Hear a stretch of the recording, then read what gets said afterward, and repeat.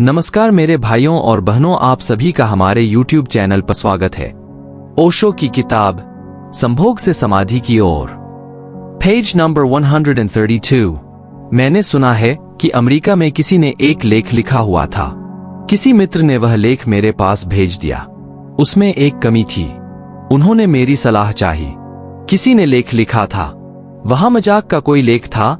उसमें लिखा था कि हर आदमी और हर जाति का लक्षण शराब पिलाकर पता लगाया जा सकता है कि बेसिक कैरेक्टर क्या है।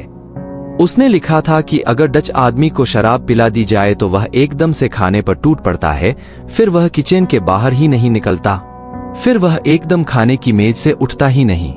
बस शराब पी की वह 2-2, 3-3 घंटे खाने में लग जाता है।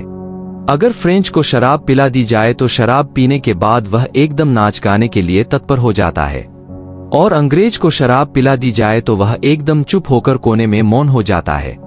वह वैसे ही चुप बैठा रहता है, और शराब पी ली तो उसका कैरेक्टर है वह और चुप हो जाता है।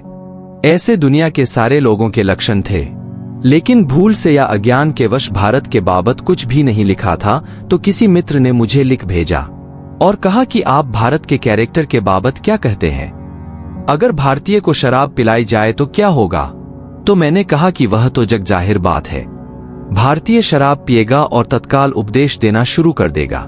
यह उसका कैरेक्टरिस्टिक है, वह उसका जातीय गुण है। यह जो उपदेशकों का समाज और साधु संतों और महात्माओं की लंबी कतार है, ये रोग के लक्षण हैं, ये अनीति के लक्षण हैं। और मजा यह है कि इनमें से कोई भी भीतरी हृदय से कभी नहीं चाहता कि अनीति मिट जाए, रोग मिट जाए, क्योंकि उनके मिटने के साथ वह भी मिट जाते हैं।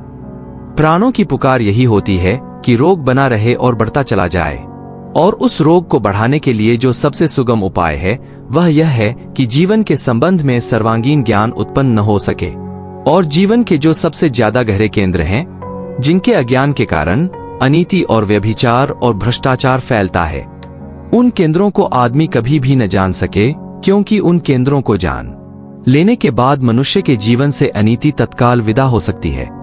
और मैं आपसे कहना चाहता हूं कि सेक्स मनुष्य की अनीति का सर्वाधिक केंद्र है, मनुष्य के व्यभिचार का, मनुष्य की विकृति का सबसे मौलिक, सबसे आधारभूत केंद्र वहां है।